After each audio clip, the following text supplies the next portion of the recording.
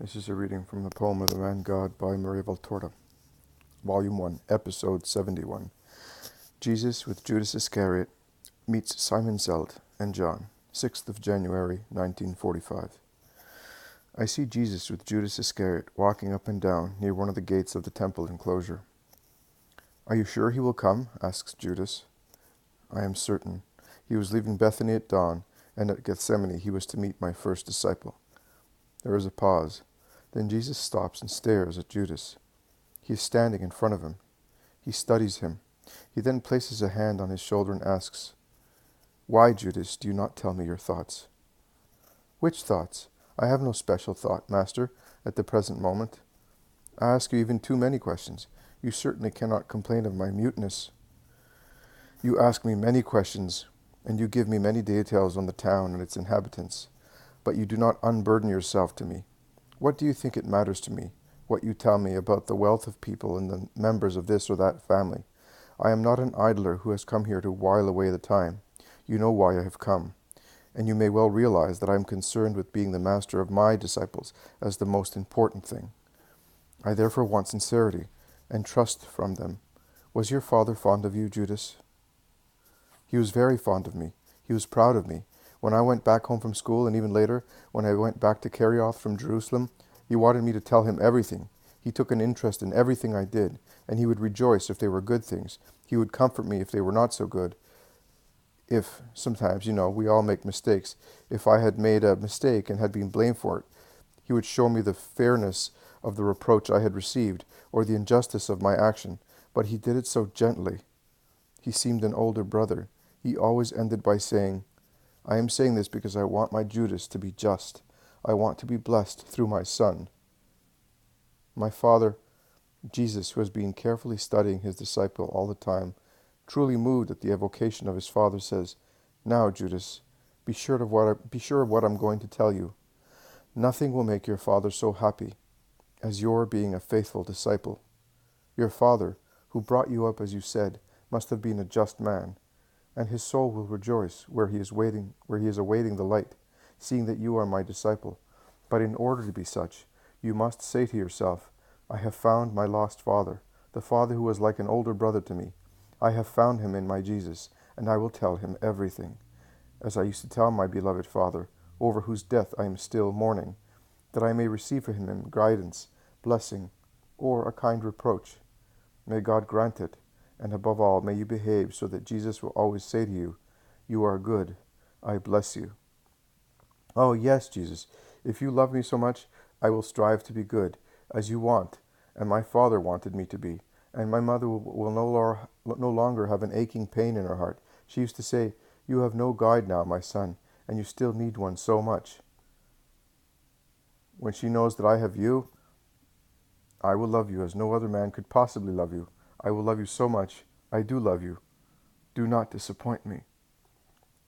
"No, Master, I will not. I was full of conflicts, envy, jealousy, eagerness to excel, sensuality. Everything clashed in me against the voice of my conscience.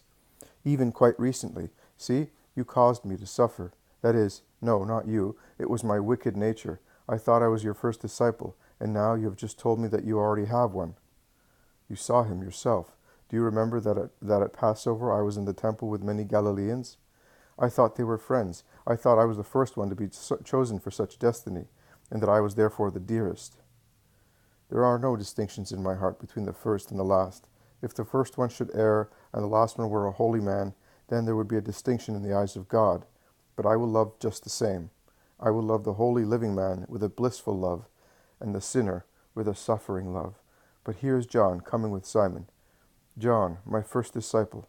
Simon, the one whom I spoke to you 2 days ago. You have already seen Simon and John. One was ill. Ah, the leper. I remember. Is he already your disciple? Since the following day. And why did I have to wait so long? Judas. You are right. Forgive me. John has seen the Master, and he points him out to Simon. They make haste. John and the Master kiss each other. Simon instead throws himself at Jesus' feet and kisses them, exclaiming, "Glory to my Savior! Bless your servant, that his actions may be holy in the eyes of God, and that I may glorify him and bless him for giving you to me." Jesus places his hand on Simon's head. Yes, I bless you to thank you for your work. Get up, Simon. This is John, and this is Simon. Here is my last disciple. He also wants to follow the truth. He is therefore a brother for you all. They greet each other. The two Judeans inquisitively, John heartily. Are you tired, Simon? Asks Jesus. No, Master. With my health I have recovered a vitality I never felt before, and I know you make good use of it. I have spoken to many people, and they all told me that you have already instructed them about the Messiah. Simon smiles happily. Also, last night I spoke of you to one who is an honest Israelite. I hope you will meet him one day. I would like to take you to him. That is quite possible. Judas joins in the conversation. Master, you promised to come with me in Judea. And I will. Simon will continue to teach the people on my coming. The time is short, my dear friends, and the people are so many. I will now go with Simon. You two will come and meet me this evening on the road to the Mount of Olives, and we will give money to the poor. Go now. When Jesus is alone with Simon, he asks him, Is that person in Bethany a true Israelite?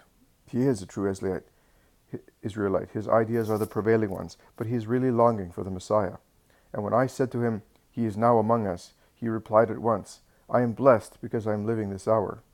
We shall go to him one day and take our blessing to his house. Have you seen the new disciple? I have.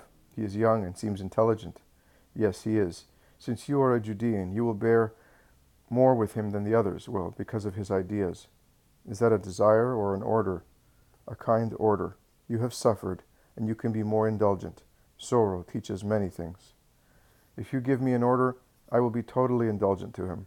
Yes, be so. Perhaps Peter, and he may not be the only one, will be somewhat upset seeing how I take care and worry about this disciple, but one day they will understand. The more one is deformed, the more assistance one needs. The others form properly also by themselves, by simple contact. I do not want to do everything by myself. I want the will of man and the help of others to help form a man. I ask you to help me, and I am grateful for the help. Master, do you think he will be disappointing you? No, but he is young and was brought up in Jerusalem. Oh, near you he will amend all the vices of that town, I am sure. I was already old and hardened by bitter hatred, and yet I have changed completely after seeing you.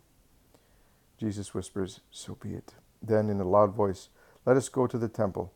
I will evangelize the people. And the vision ends.